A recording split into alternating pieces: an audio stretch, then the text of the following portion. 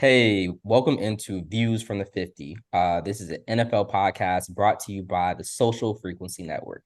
So I'm your co-host Trev, and I'm joined here by a panel of great co-hosts. And we're going to talk some football, some NFL football.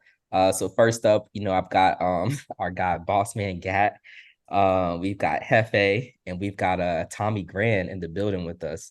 So yeah, let's go ahead, Boss Man. Go ahead and introduce yourself to the people, where they can find you, that sort of thing. And Gotcha. What's going on, guys? Yep, here to talk a little ball with the boys. No, been listening in. Tommy G got me in here, and excited to talk a little football. We'll see what we got. Hopefully, I don't end up strangling him through this camera. no strangling, man. All right, Hefe, what's good, man? Oh man, you know what it is. I'm living the dream. It's time to get it. Football season's coming back. Ooh, I can't wait. All right, man. All right, Tommy G, Tommy Grand, what's going on, my guy? I know it's man. Whenever people say that they're living the dream, they are actually struggling. So that's we're gonna wait to see how that ends up panning out for the rest of the season. Hopefully, it will be a dream season for these Dallas Cowboys. But you know me, man. I'm chilling, living the same way I always live, doing what I can and what I must when need be. All right then. Water this morning instead of liquor. We haven't started yet. The Cowboys haven't forced me into a permanent state of inebriation yet. So All right. Well, hopefully they don't. It's a little bit about Views from the 50. We are an NFL podcast, and we just kind of discuss all the topics that, we see as fans, consumers going on in the game right now. So everything from, trades to the latest happenings and developments on the most popular topics happening today in an NFL. We love to have a discussion about it. And we've got some of our greatest minds combined together, people we've known for a while and just kind of having fun with it. So it's the off season. We're getting ready for the regular season to start. I guess in less than a week. I mean, it starts on Thursday. But one of the biggest things we've seen this off season is just how the running backs have been kind of devalued. They've been on the decline, from a value standpoint the past few years. From their peak in like 2016, 2017, with guys going in the top, 5 picks. But since then, teams are just looking to kind of discard those guys. You look at Zeke Elliott, you look at Josh Jacobs, Saquon Barkley. These are just a few of the names that have, been on almost like the chopping block almost. Some have signed deals. I think they've all signed deals recently, but it didn't take, it wasn't a short amount of time. It took quite a while for that to happen. So I really just want to talk about how the position is being devalued and just how that is, being looked at for a good team. Like, do you have to have a good running back? Like, is that essential for a long-term run? That sort of thing. So, I mean, I really think that the running back position it's necessary, but I see why it's being devalued. I mean, you really have like five really good guys. You've like McCaffrey, you've got guys like Dalvin Cook. I mean, he just signed with the Jets, got Saquon. But it's just like these guys are like few and far between. There's not like 20 of them, like wide receivers or so. But overall, I just think that there needs to be more good running backs, and then it can't be seen as so replaceable. Like, you can't be like a game 14 and the guy just comes in and runs for 100 yards easily, because then you're like, oh, wow, I paid nothing for this guy, or he came off the practice squad. Like, that's exactly why, like they're getting devalued. Like, wide receivers don't just come off the practice squad and go for 100 yards and 2 touchdowns. Never really happens. So, I mean, I think we just have to kind of figure out, get these guys, maybe better players overall, consistency, like have a plethora of them, like plethora of them, just because there's not enough. I think that's the biggest reason. There's not enough good players. That's why it's being devalued. And guys coming out of nowhere and just have careers, for like 4 or 5 weeks at a time. I mean, where are you guys with it? I mean, like, I just think that's like the biggest reason for me. Tommy G, open us up, man. well, you know what I mean. And we're going to get to this a little later. I think that running backs, you can find a serviceable running back almost anywhere, just based off, the strength of your offensive line. Now, that's not to say that you're going to have Pro Bowl or All Pro talents, because you got guys like Josh Jacobs, Saquon Barkley, Tony Pollard. But off air we were talking, you know, Boss Man stated that the days of Emmett Smith, Adrian Peterson, where you need one of those grueling backs to carry you season in, season out, those days are done. I mean, look at Josh Jacobs. He led the league with 2,053 all-purpose yards from running back position. He signed 1 year, 12 mil. Saquon Barkley, who we all know the Giants benefit, especially Daniel Jones, not having a single. I mean, barely has any serviceable receivers, but Saquon gets 1 year, 11 mil. He gave you 1,650 all-purpose yards, and we know that offense is going through him for the most part. Tony Pollard, even though he fractured tibia, came in 1,000 yards on the ground for the Cowboys, and he gets franchise tagged for 10 mil. And then Austin Eckler, he's getting ready, his contract's ready to be up, and we're looking, and we're going to get to this point too. The NFL is transitioning from a situation where it's run game, pass game, to where it's all right, pass game, defense. You know what I mean? You have to have an elite defense to get to the quarterback, and the quarterback is the most important part. And I mean, realistically, a lot of these running backs, they get hurt a lot. Tony Pollard, fractured tibia. Miles Sanders, who just signed a 4 year, 25 mil with Carolina. He's just coming back from a groin injury. The wear and tear running backs happens a lot faster because they're grinding nonstop, getting smashed. People liking hits with running backs to car crashes, full speed car crashes. So the shelf life of a running back, it's a lot shorter than what it once was. I mean, Ezekiel Elliott's only 27 now, and he's long gone from Dallas. I wish him the best of luck. Everybody on this panel knows I love Zeke. Me and Hefe have gone at it back and forth. From his pass blocking, just his his loyalty to Dallas and Dak. That relationship in itself. So everybody knows I love Zeke. But it was his time.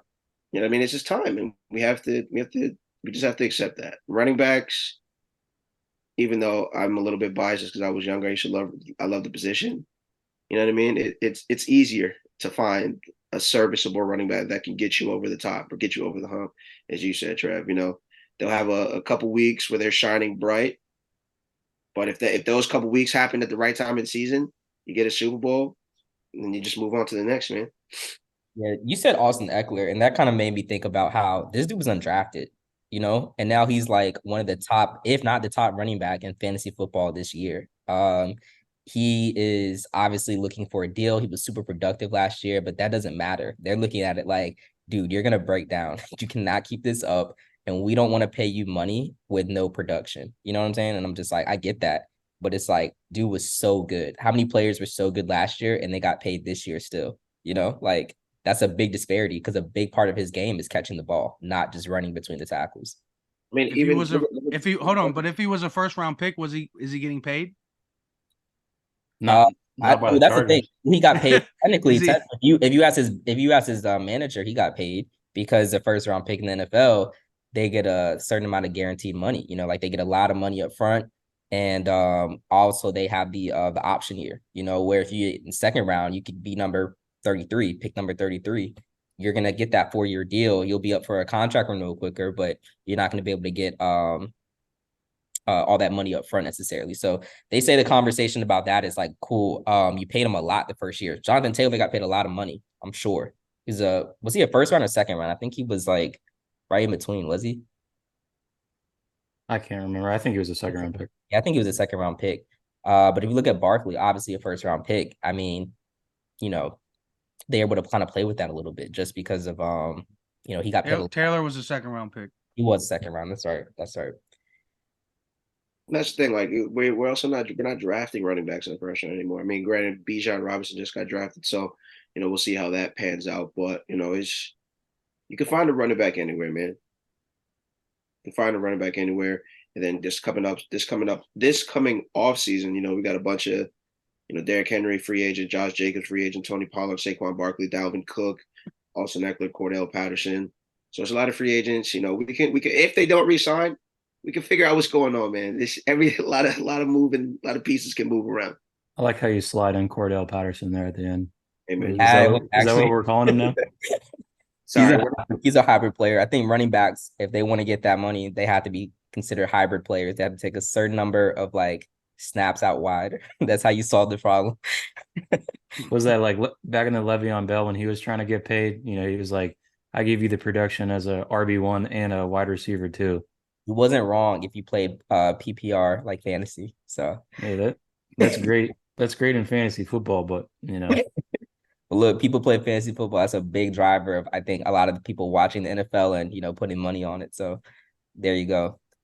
Um, Man, but besides running backs, a big topic this offseason has been quarterbacks getting paid as well. So you've got guys like Mahomes who, they're getting paid a lot of money, but it's like over 10 years. So he's willing to kind of like, take some here or there to kind of like adjust the cap for that particular year to maybe sign a guy, give a guy extra money, make that guy happy. Because, happy teammates make everyone happy. You want to win. And they like the quarterback taking, potential pay cuts. You look at Tom Brady, that was a big thing for his success as well. So I mean, with the quarterbacks, I mean, Mahomes is obviously really good. He deserves everything and more. But you also have guys that barely sniff the playoffs, or they've got one playoff win, two playoff appearances, that sort of thing. It makes me think of Kirk Cousins. It's like, he's a perennial, like, I don't know, like good teams, good records. They don't do anything with them when it really matters. I mean, I think overall it's just like that's how the market is. I mean, TP was talking about this earlier offline, but just it all depends on, just what teams are willing to do, just overall. But I think it's really just teams are going to pay for mediocrity. You got to have a quarterback in this league. So, I mean, how are you guys feeling about that? I think the quarterbacks are just I don't You think know, they're paid. I think they're paid right, just based off of like the market. You got to have a guy that can be competent and throw no matter what. yeah, I mean, we touched on this a little bit earlier, but you got to it goes back, it is what it is, man. Do you want to pay, some of these high-end backups, Brissett, Dalton, you want to protect your investments, you don't want to lose your season if worst possible scenario, your quarterback goes down. So yeah, you try and cash in on their rookie contracts, but you got to pay them. I mean, they're trying to hold a cap hostage, but I know Hefe has a little 2 cents on that though. Yeah, I mean, you got guys that are up there getting paid that aren't in the Super Bowl, aren't getting to championship games in the playoffs. I mean, uh, I'm with Mahomes and Brady. You see them winning rings, you share the wealth, man. Get it done for your teammates. That's how it's done. Obviously, like look at their success. Copy and paste. Where I agree with pay cuts, because I mean I've always said, at least with as far as like basketball, where they're able to distribute the money. There's a lot of money out there on the court. You take a pay cut when you can, but when we're looking at the way the game is played now, and stated earlier, you have to have a quarterback that is going to get the job done. The AFC stacked full of quarterbacks. The NFC, your best quarterbacks. I mean, your best teams. They do have a quarterback that is efficient for the most part. This isn't the Ravens 2000. This isn't the 2000 Ravens where, you have one of those one of a kind defenses and a decent quarterback. You know what I mean? You have to have a good quarterback to get it done. Patrick Mahomes, what's his name? What's the boy? Joey Burrow, Josh Allen. These guys are either at the Super Bowl, sniffing the Super Bowl. Jalen Hurts, even though I hate to say it, but these guys have it's a two-sided game now. Elite quarterback, elite defense, and that's just what it boils down to. With the exception of maybe that Bengals team when they went to the Super Bowl, their defense wasn't elite, but Jerry Burrow, and them boys, we've seen it. So you have your outliers, though. I don't think that defense was a slouch though. no, I wasn't. No, I definitely wasn't saying they were a slouch by any means, but they're not like a San Francisco or, I mean, even Kansas City's defense. They're not elite, but it boils down to who? The quarterback. Patrick Mahomes, arguably the most talented quarterback we've seen. So Joey Burrow, Arguably. arguably Joey Burrow. Allegedly. But you don't think he's the best? Like you think there's an argument? No. I 1000% think that he's the best. I'm not gonna say the best all time yet, but I think he's the most talented that we've seen. yeah, no, he's a different guy. But I mean, there are selfish quarterbacks, guys like Aaron Rodgers. But I have my own feelings about Aaron Rodgers. We've, as a Cowboys fan, I don't think anyone in this podcast can positively talk about Aaron Rodgers. I like No. I like how he plays as a player. Everything else, like what he's done to the Dallas Cowboys year in year out, hate him. Nicest thing I can say about Aaron is I like how he goes to his retreats and makes his decisions. I definitely that's really, I like that. That's cool. I respect that. But even other I was just gonna say, like, even other quarterbacks that haven't made the Super Bowl, like Lamar Jackson, you have to pay Lamar Jackson. He's an MVP. You don't want the Ravens to keep continuously having to rebuild until you draft a quarterback. Because like, how often do you draft one of those like generational talents or quarterbacks that really will get you over the top time in and time, day in and day out? So I think you do have to pay the quarterback, man. I don't think it's, I don't think there's an inflation. I mean, obviously the market's going to reset itself. That's economics 101, but each quarterback's going to get paid when their time is due. But I don't think it's a bad thing. That's the name of the game on the offense. You have to have an elite quarterback or a serviceable quarterback, rather. Yeah. Yeah, you got to pay them guys no matter what. And if they meet certain metrics, like you just have to pay them. Like the MVP, you've got to pay that guy certain amount of money, certain amount guaranteed, whatever the case might be. But when you talk about quarterbacks and what they're getting paid, I believe they're only just kind of really worth how good the O-line is. It's just like you could pay a guy the most money, Patrick Mahomes, the most money to a quarterback for a team. But if his O-line, let's say he wasn't on the Chiefs, he was on a team with the poor O-line, you think he's going to have the same success? I mean, we saw the Super Bowl where his offensive line was just terrible. I mean, would they do a field goal? Everyone thought they were about to beat the Bucks, and it's just like he couldn't do anything. This dude was running before the ball was like snapped, and we saw how that affected him. We consider Mahomes to be, the most talented, like you said, Bossman, arguably, the greatest that we've seen at the position. So O-line's really big, and not just one guy, just as a unit. So, I mean, how do you guys feel about just their overall production and value to the game, just as it pertains to not just the quarterback position, but obviously the running back position too, because you have poor O-line not moving the ball either through the ground. Yeah, I mean, I have mixed feelings about that because you were right. Mahomes was running for his life out there against Tampa a few years ago, but to the same beat, when has Burrow really had a good offensive line? You know what I mean? So, I mean, I think, I don't have it in front of me, but I think Burrow was by far one of the most sacked quarterbacks in the past like decade. And sometimes I think sacks are a quarterback stat. But that's a different topic. I could talk for hours on that. It for sure is. If you look at guys in the past like Cam Newton, he took a lot of hits they didn't have to. Was that his offensive line's fault, or was that on him as the quarterback? I think a lot of it was on him, and he would say that too. I think so. Watch some of that mid 2000s like Russell Wilson, and it's like he's in his prime scrambling for his life, but he's also getting dropped 20 yards behind the line of scrimmage every now and again, Facts. I'm a big fan of the big uglies. That's what I love to call them. It gets ugly in there. It gets intense. It's a lot of battles. As you can see, I'm getting excited right now just talking about it. My body is developing into a big ugly. I got to control that because I'm supposed to be like quarterback builds or wide receiver build. Now I'm turning into a big ugly. But I mean, man, join the club. Yeah, no, I will not. I will absolutely not. I'm a tight end right now, linebacker. That's where we're maxing out at.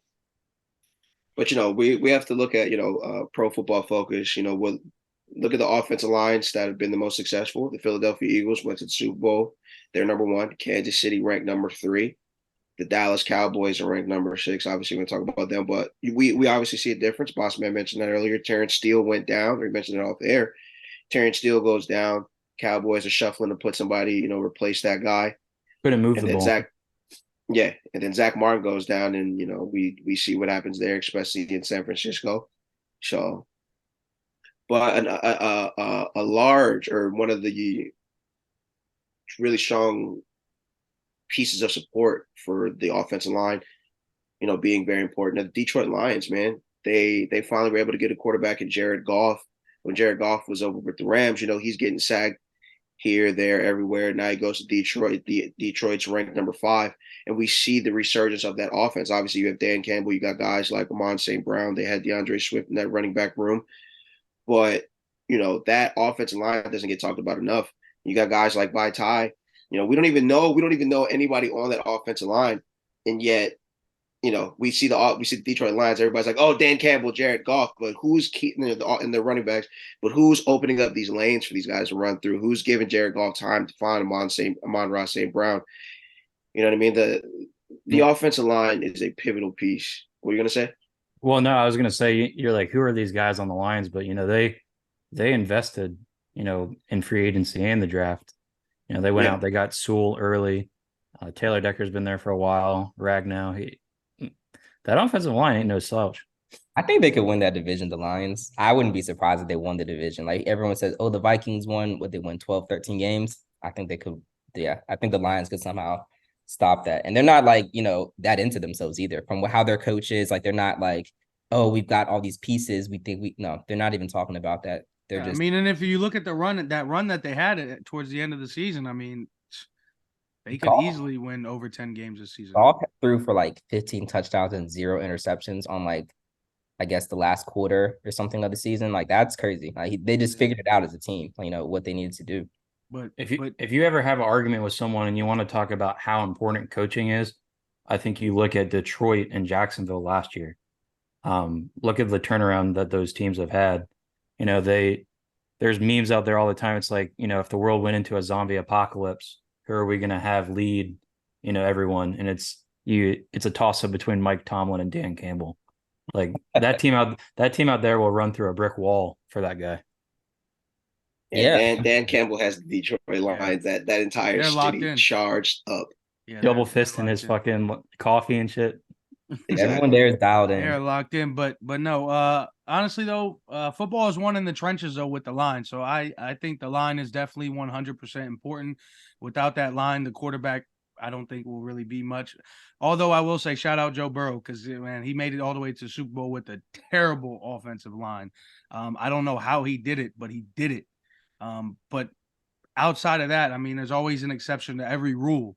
So there was your exception. But other than that, you need an offensive line because football is won right there in the trenches. It's like protecting your mother out there. 100%. That's why. That's right. But I mean, there's a certain team. Yeah, exactly. I agree. There's a certain team that every year has like a really high rated offensive line. They're predicted to kind of win it all, at this point in the year in August. Here we go.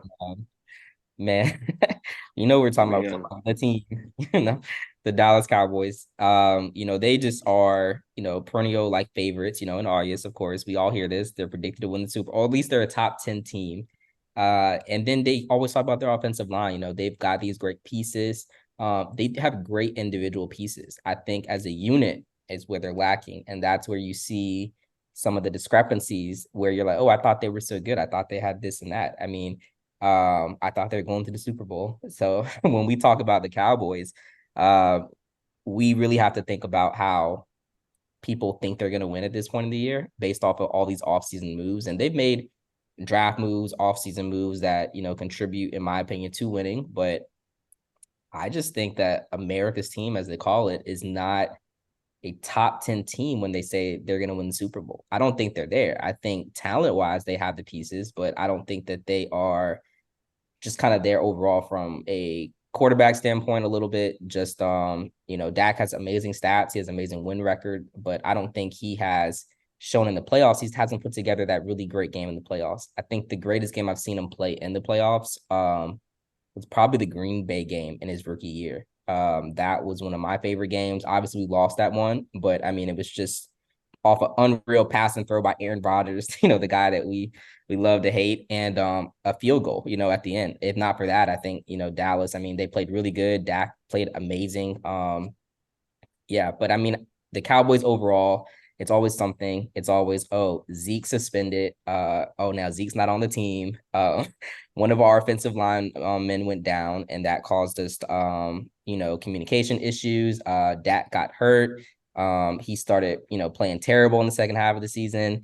There's a contract dispute. There's always something, why can't it ever just be the Cowboys are not that team this year? We just don't have everything we need. Obviously, I like the Cowboys, but it's just, we got to stop ranking these guys top 10 before the season even starts. That's all I'm saying. I mean, where are you guys with this? They are rated as America's team year in, year out. Boston was saying before the podcast that, Fox, if they could just play all the Cowboys games and just, get them all, they would be so happy. But obviously that's not the case. I mean, where are you guys with this one? America's team they're called America's team, but they haven't necessarily put together that full season in quite a while. Postseason, regular and postseason. Yeah. I'll let either Hefe or Tommy G take this one first. It's been very disappointing to watch it every year, to watch this team just put us on an emotional roller coaster. I mean, that's literally what it's like having a girlfriend. Honestly, it's the biggest emotional roller coaster throughout 17 weeks now. I mean, yeah, you're gonna remain single for a while. Don't let the women hear that. We might have to edit that one, Hefe. We might have to take that one out. No, I'm fine. We can let every on the record. I just don't want them to come at you. That's I'm looking out. Yeah, I just want to go on the record and say that I do love my girlfriend. Her affiliation to certain teams I don't love so much, but I do love my girlfriend. She is not an emotional. Hold on. You can love your girl all you want, but the relationship, whether you like it or not, will always be an emotional roller coaster. I'm sorry to tell you. Nope. Everything is smooth sailing over here, brother. That's fine. But there's arguments in every relationship. There's disagreements in every relationship. Tommy G is very smart, man. For the significant others, if they're listening to this, of Boss Man Gad and Tommy G, we love you guys significantly. You guys can do nothing wrong. So much. No emotional roller coaster. It's like riding through a peaceful valley. We are the emotional roller coasters. You guys are sensational. Hey, exactly. I'm the one putting you on the little the chain. You know what I mean? While if I'm with you, it's our fault. It's like sitting next to the beach. The waves slightly crashing. It's like listening to ASMR. Very relaxed. Hey, TP sound like he got a lot of covering up to do right now. So I'm gonna go ahead and transition back to the Dallas Cowboys real quick. We getting at least 11 wins this year. That's my prediction. I got CD going for over 1,000 yards. I got Pollard rushing for over 1,000 yards. I think we'll win the division this year. We haven't had back-to-back division winners. I think we're a better team than maybe not a complete better team than the Eagles, but I think we have enough to beat the Eagles, and I think we can win the division this year. So that's my take. I'm sticking to it. I would say that I feel the Cowboys have a good chance to get over the hump. I'm hoping so. Cautiously optimistic, as we've said. Wait, hump? What is the hump? Is the hump a couple? I think that the Cowboys have a good chance, and my reasoning for this is our defense. We've won 12 games the past couple seasons. I think any organization would love that, but for sure, that's fine. I think the hump is getting into the divisional round and the championship. No. Getting out of the divisional round. Yes, exactly. Getting out of the divisional round and not. Super Bowl. I'm not going to say that. I think that we can't talk about the Super Bowl if we can't get past the divisional round, which is something we haven't done since the 90s. So I think Dan Quinn has this defense raring to go. We've seen the clips, we've heard about Trayvon Diggs cussing at Dak, guys hitting Dak, Micah Parsons letting him know. And I saw Boss Man roll his eyes, and I know everybody's going to sensationalize it, but that tells me not that we don't believe in Dak, but what it does tell me is that this defense is ready to go. We finally have the secondary shored up. I know Stephon Gilmore has had some injuries in the past that's plagued him, gets concussed, quad tear, things of that nature. But former defensive player of the year 2019 alongside Trayvon Diggs, some of these young guys, they're raring to get their hands on the ball as well. Deron Bland, solid player. Came into the league, getting interceptions as well, similar to Trayvon Diggs. I think Dan Quinn's going to put these guys in the right positions to make plays on this defense, as well as our front seven. Boss Man knows. I was about to say Trev for a second. I was like, he's. I don't know if I've watched the game with Trev yet, but again, I love the big ugly. So I love our defensive line. Mozzie Smith is going to plug up that hole in the middle that we've been missing for a very long time. Me and Boss Man have talked off the air multiple times about the Cowboys finally drafting a defensive tackle, something they haven't done in a very long time. Obviously, Michael Parsons is going to get very busy. DeMarcus Lawrence, hopefully, I know a lot of offensive linemen double team him. A lot of offensive game plans go with double teaming him, but now they have to worry about Michael Parsons as well. That defensive line is raring to go. So I'm very excited with our defense and where we're going. So I think that, we get to the playoffs, we're definitely going to definitely going to get in the playoffs, double digit wins. I feel that we can get over the hump and at least get to the championship game if the offense plays well. I agree with the majority of that. I don't know if I can use as much colorful language as I use on a day-to-day basis on this podcast. I know I let a couple slip, but I guess if I could say it one more time, I'd stab a motherfucker in the neck for Dak Prescott with a butter knife. I'm big Dak Prescott army, probably slight homerism, but this team goes as he goes.